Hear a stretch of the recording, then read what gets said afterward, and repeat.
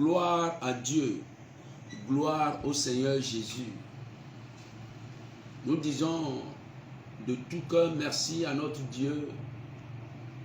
Nous disons merci au Seigneur Jésus. Nous sommes très reconnaissants pour sa protection, sa préservation, sa fidélité. D'abord sur le Bénin en particulier et sur toute l'Afrique en général. Que le nom de Jésus soit célébré. Nous disons merci à nos gouvernants, gouvernement du Bénin, son chef, notre président, M. Patrice Talon. Nous disons merci à tous ceux-là qui ont fait quelque chose de loin, de près, pour aider les gens dans la situation que le monde a connue ces derniers mois. Que le nom de Dieu soit glorifié et que Dieu vous rende vos efforts, vos sacrifices au centuple au nom de Jésus. Mais je sais bien que nous savons tous que tant qu'il reste à faire, rien n'est fait. Et qu'est-ce que nous avons à faire? Bien aimés, nous allons constater que nous sommes dans une génération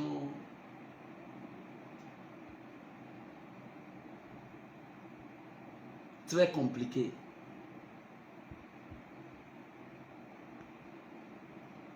Nous vivons dans une génération très embrouillée. Et ce que nous devons attaquer, ce que nous devons adresser,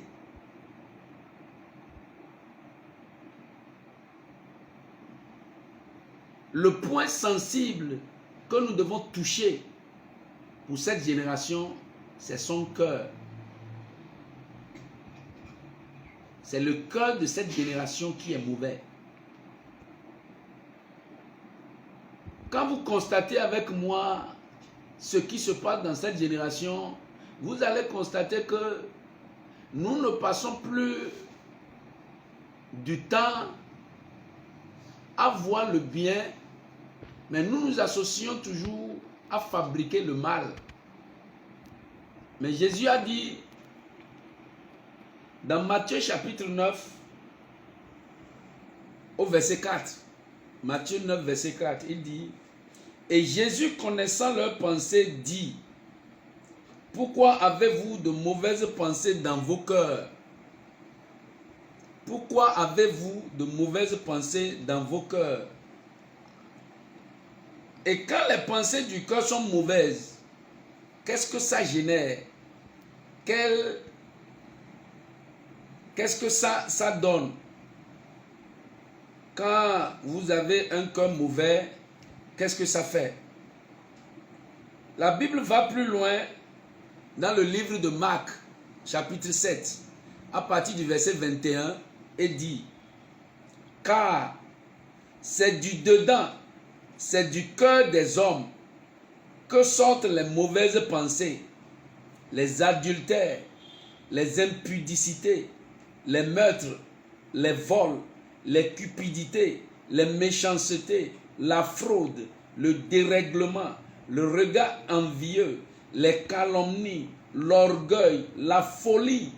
Toutes ces choses mauvaises sortent du dedans et souillent l'homme.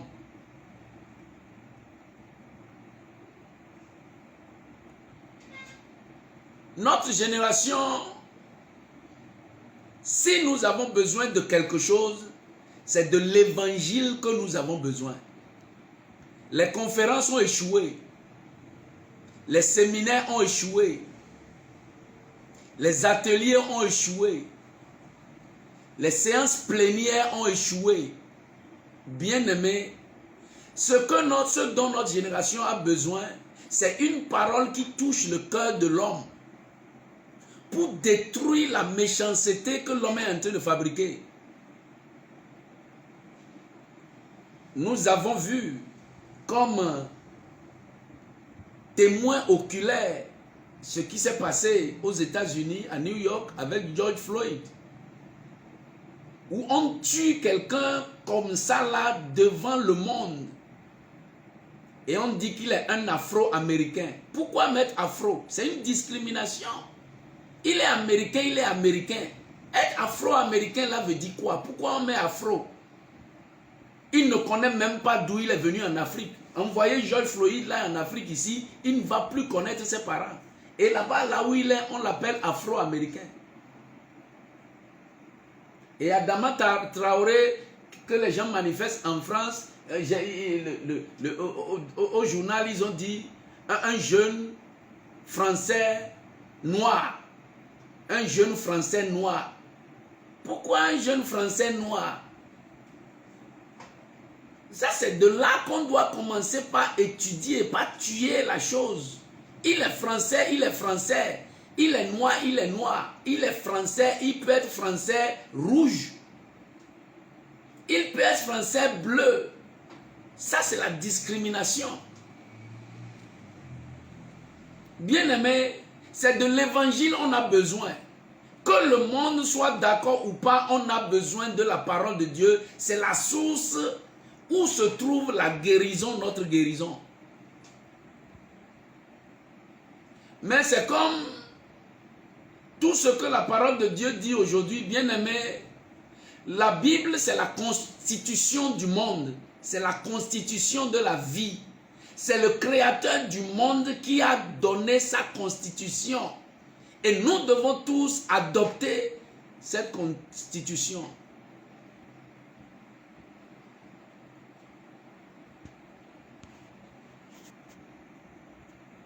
Revoyons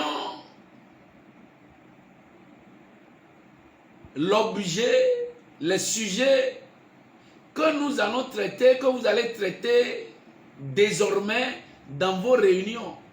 Parlez de ce qui touche le cœur. Si vous parlez de l'argent beaucoup, des milliards de dollars, des milliards d'euros, on a vu la finalité de ça, ça n'a aidé personne.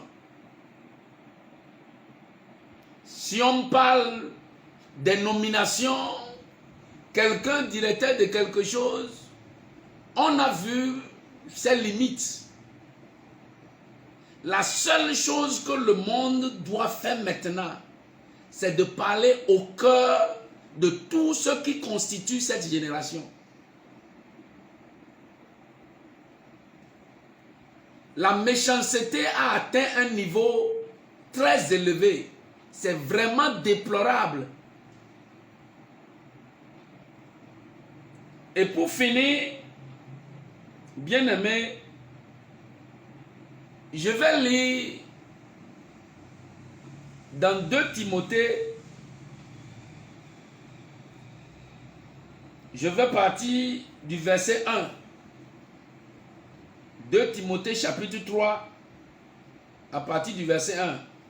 La Bible dit, « Sache que dans les derniers jours, il y aura des temps difficiles, car les hommes seront égoïstes, amis de l'argent, fanfarons, hautains, blasphémateurs, rebelles à leurs parents, ingrats, irréligieux, insensibles, déloyaux, calomniateurs, intempérants, cruels, ennemis des gens de bien, traîtres, emportés, enflés d'orgueil, aimant le plaisir plus que Dieu, ayant l'apparence de la piété, mais reniant ce qui en fait la force. Éloigne-toi de ces hommes-là. » Bien-aimé, tu as adopté Jésus et tu es un enfant de Dieu. Vis autrement. Vis une vie différente. C'est ça seulement qui fera de toi un vrai représentant de Dieu sur la terre. Tout est corrompu. Nous sommes dans une génération où si tes yeux ne sont pas rouges, tu es faible. Nous sommes dans une génération où si ta poitrine n'est pas boostée dehors, tu es faible. Est-ce qu'on a besoin de ça? On n'a pas besoin de ça, nous sommes les humains. Dieu a bien fait de nous des humains. La demeure de l'amour, la demeure de l'acceptation de l'autre, la demeure de la compréhension de l'autre. Normalement, bien-aimé, quand le noir voit le blanc, le rouge voit le bleu, humains que nous sommes, ça devait être une fête. Mais je crois, Dieu qui a créé le monde n'abandonnera pas son monde.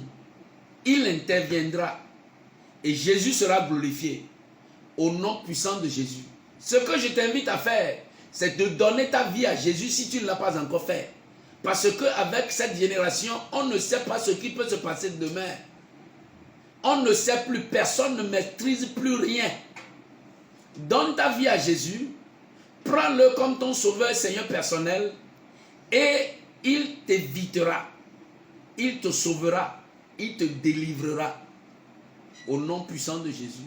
Bien-aimé, tu es béni au nom de Jésus. Amen. Bonne nouvelle aussi pour finir, bien-aimé. Tu sais, l'église a repris. Hier mardi, on était à l'église à Porte-Nouveau, c'était du feu. Waouh! On a chanté Ete dodo we wana corona, mi pa hobobodo taeton, ale we wana corona, mi pa hobobodo taeton. Bien-aimé, reprends l'église. Quelle qu'en soit ta dénomination, va là-bas, sois instruit dans les choses de Dieu et le Seigneur sera avec toi. Au nom puissant de Jésus. Amen.